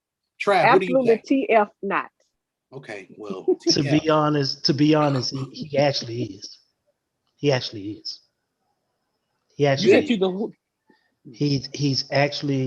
worth the money that he's gonna get. I'm sorry, but to be honest, well, that's fine. We can just keep beating them, and then maybe they get tired of it. But the question was to the organization. No, and the reason I say that is because he's only won one playoff game in the last since he's been like. But what is that? What good is that doing? But they went up there to Canada and scored 3 points. And I'm gonna ask you this, Tanya. And I'm gonna ask you this, Tanya. Before you said all of that, what did you say? Sadly, what the Baltimore Ravens are going to do? They're gonna be dumb enough to pay it. There it is. Well, that's the thing. Like, it's just, again, like I said, selling tickets. Not only they sell tickets, but the merchandise, like he sells, like the fandom that he has. The followers that that's he what it has. is. That's the Dennis, shout out to the Have you met pastor the Dennis. followers? Have you met the You know, followers and the he's- fandom people that he had? That's all I gotta say. It's a lot of short bus Lord have riders. I mercy. can tell you that. So look, A whole lot of short look. buses going around. Short bus, Listen, we DEC. gotta relax. Short y'all. bus, a lot of short bus shorties. It's okay. We got it. We can do this. He's 30-7 as a starter. That obviously means something because only Pat has a better record. But he, just like Pat and Deshaun, went to organizations that were stable and had pieces around to protect the projected quarterbacks to be able to make the quarterback successful. So here's where Germ gets to defend Lamar, and this hurts. Lamar is in the same situation as Pat Mahomes, and the only place they can be compared is when it comes down to the organizations that they went through. They went to organizations with established cultures that just needed to add the right piece to their organization to make them prominent playoff teams. The difference is Pat has won an MVP and a Super Bowl MVP and has only lost to Brady in the playoffs. And I bring that up for this purpose because every team that plays against Pat gets skull drug at some point during the game where they just go on some type of basketball run. And it's because the quarterbacks that we're naming, Baker Mayfield, Josh Allen, Lamar Jackson, Sam Darnold, even Deshaun Watson. Deshaun Watson got hit with a 100-round drum. They beat them. They scored in every possession. And from the second quarter, they come back, yes. To the beginning of the fourth quarter in 4 minutes or less. Mm-hmm. That was crazy. Y'all gotta understand, man. This is Patrick Mahomes with this team. It is not easy doing what Tampa Bay did. That's not easy. Not at all. That's not easy. You said something. You said something. The only person to beat Patrick Mahomes in a playoff game was Tom Brady. Mm-hmm. That's out of his 3 years, correct? 4 years? 4 years in the league. 4 years, the only person that has beat that man is Tom Brady. Mm-hmm. One for an AFC championship, right? One for AFC and one in the Super Bowl. Unbelievable. And that's a testament to his greatness. But you want to know the sad part about this is Pat didn't beat all of these dudes pretty much on this list. He beat everybody. He beat everybody. He's beating everybody. And it's the point where we knew he was going to get an extension. But you see the Patrick Mahomes effect. It has affected a whole group of quarterbacks. And it's not even his fault. It's just he's that damn good. And the marriage of him and Andy Reid is that damn special. This is Donovan McNabb with the Eagles in the early 2000s type of a marriage. But with better talent and better everything that me and Victor and the panel talked about today. Let that sink in, y'all. Mm-hmm. This is the whole reason why we're doing this show. We got 4 franchises with decent quarterbacks at worst. And we don't even know if they're going to get max money extensions because they don't know if they can beat that team that got my homeboy at quarterback. I want y'all to let that sink in. We don't even got to say nothing else. We're going to get ready to wrap it up. Is Lamar Jackson a $40 million quarterback for Baltimore? Absolutely.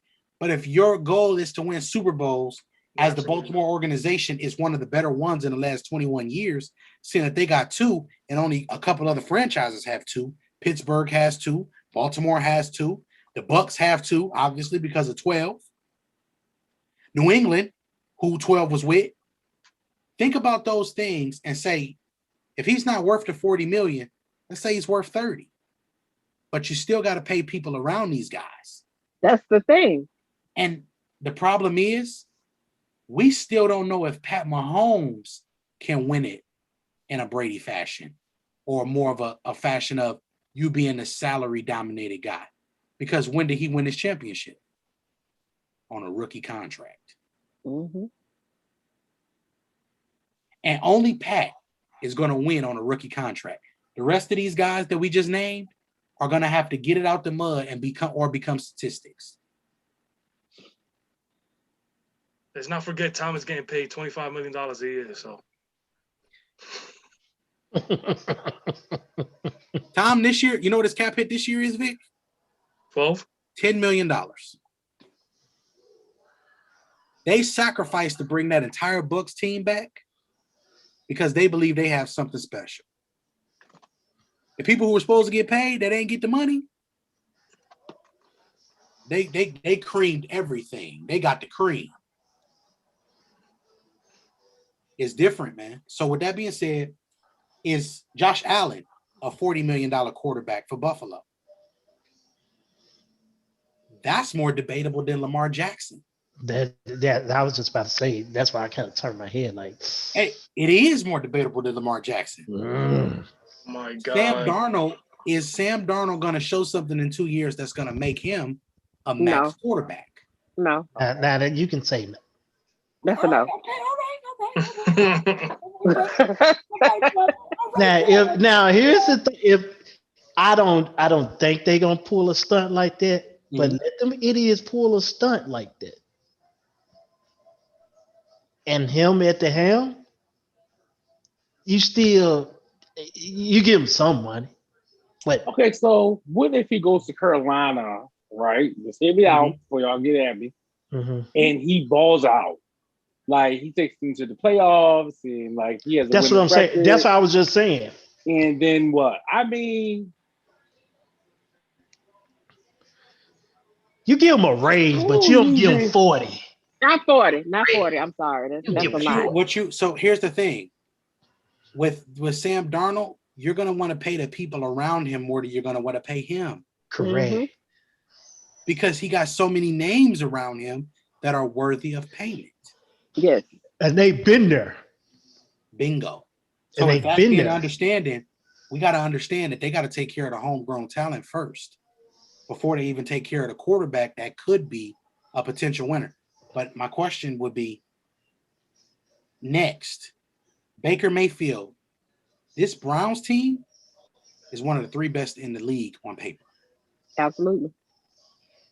If Baker Mayfield does not get to the AFC Championship game this year, is he worth $40 million? I don't think that's his goal, though. I don't think. Yeah. I don't think it is. But I don't think. Just I know what you're saying, but that team is. Hey, ain't too many times you see this being said.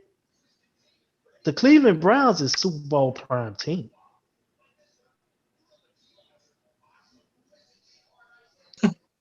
And that don't happen often at all. Dude,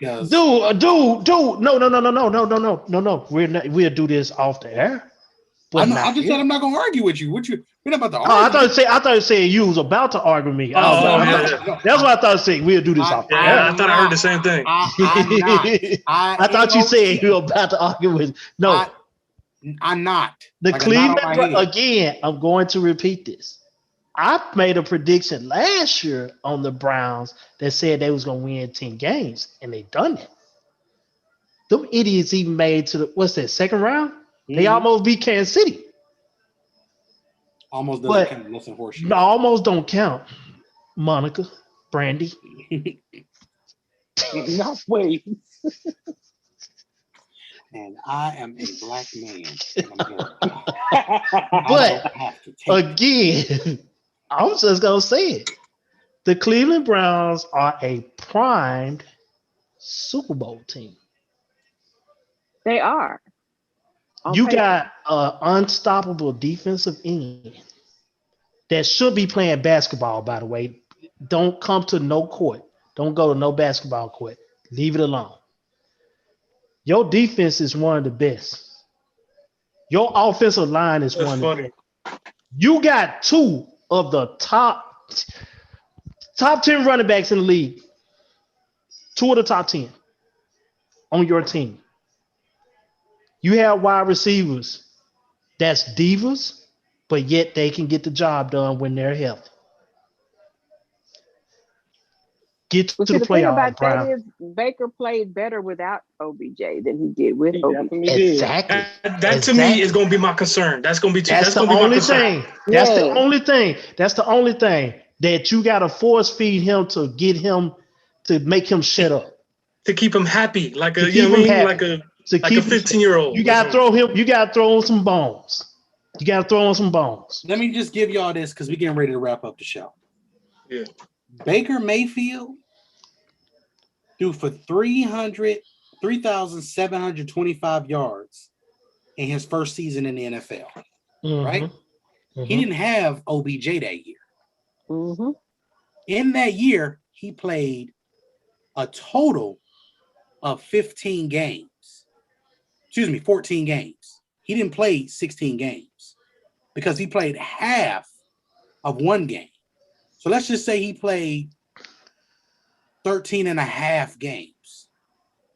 You mean to tell me that Baker Mayfield's best season as a professional was without Odell Beckham?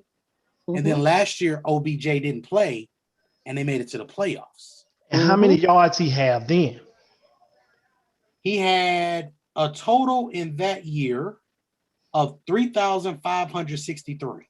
Just 200 yards, but I think that team was more balanced. It was way more balanced. He played way better. Because He made way better because of Nick decisions. Chubb, He didn't have to and force Kareem Hunt have and to that force the offensive ball. line. But He didn't have you to know force what? the ball. That's the difference in this, and that's why this situation is here. And that's why we're talking about it. Mm-hmm. Because these players are in a unique spot. It's a lot to be said about this organization. It's a lot to be said. That's why I always said that OBJ is the type of receiver that has to be with a veteran quarterback, like a Tom Brady, like a Aaron Rodgers, like a Drew Brees that can kind of, keep Make him shut up, and make him play. Right. And they already have that high level leadership where people respect them. A young player like a Baker, like a Kyler, I would never try to put a player like that with Kyler. Those kids can't handle that pressure right now because they're trying to win games, but also feed this guy because he might be in their ear trying to, so that's pressure on a young quarterback. Mm-hmm. Yeah. So, and lastly but not least, I just want to say this. Lastly but not least, lastly, Deshaun. We still got to get him out of Houston. Free Deshaun. He is the only My baby gotta somebody go. in this group that I have faith in 110% that with the right organization, he could beat Mahomes. Mm-hmm. Mm-hmm. So let's make a deal that when Ben retired, he comes to the Steelers and boom, there it is. And this is why He's trying to leave now, bro. He's trying to leave now. I mean, he might not even play this year because of the whole allegation he had going on against him. So, By the way, it's not any type of prison. We're not looking at jail time for this. So yeah, but you know how the NFL is with certain quarterbacks. We're not gonna go into that. The image and all that. Yeah. So with that being said, final thoughts as we get ready to wrap up the show. I mean, I'm gonna start with you, my statistician, Mr. Go ahead, Jaquan. Go ahead. Yeah, I don't have any final thoughts. Nope, nothing for me. First lady. I'm just ready for the season to start. That's all. I don't really have any thoughts yet. Trav. September the 9th, man. I'm in the building. Yeah. I'm bringing y'all to the building. September the 9th. I'm just ready for this first week of regular season football. Oh, you said you're going to the game. Yes, I will be bringing y'all to the Cowboys versus Tampa at the That's boat. gonna be a good game, low key. By the way, that is gonna be a very good game. By the way, I know whoever's still watching, they're gonna talk some grease, especially the Giants fan. You know what I mean, Mr. Mexico. All right. But I ain't a Cowboy fan. I am not a Cowboy fan. But look out for them Cowboys. Look out. That's a good looking football team right now.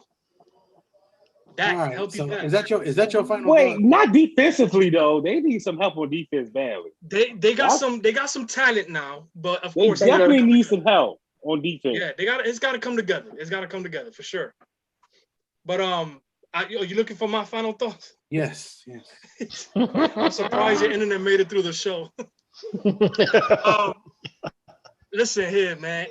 We're already 6 months into the 2021 year, folks. It's already We July.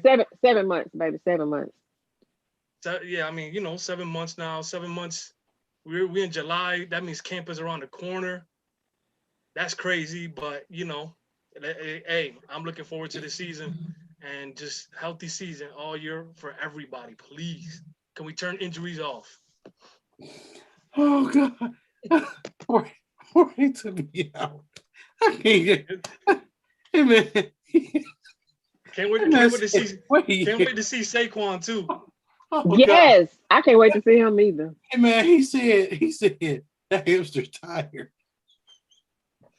Okay, y'all. Is the hamster? My final thoughts is he's got to be some of the pettiest folk that I've ever met in my life. And yeah, blink. They say blink once if you're good, blink twice if you need. I need help. You got a These hamster in folks his is crazy. backfield. I need help. You got a hamster in the backfield. Hopefully, he can see some holes. Oh goodness. So with that being said, y'all, we want to thank you guys for tuning in. Leave all of the comments, all of your feedback. We would love it. We welcome it. We appreciate it. If you like the show, whether you didn't like it, let us know what you like. Make sure you subscribe to The Scene, of course. We are on Facebook, The Scene, SCEN, all capitals. We are on YouTube, of course. If you're here, you're subscribed. You should be already with your notifications on. Instagram, the.scene. Twitter, scene_the. Twitch, the_scene. Make sure you guys are tuned in to us on all platforms. Views from the 22 is the Facebook group. Come kick it with us. Come join us. Let's talk some football. From the 22 crew, from the 94 Feet of Life crew, signing out. The Scene. We see y'all next time.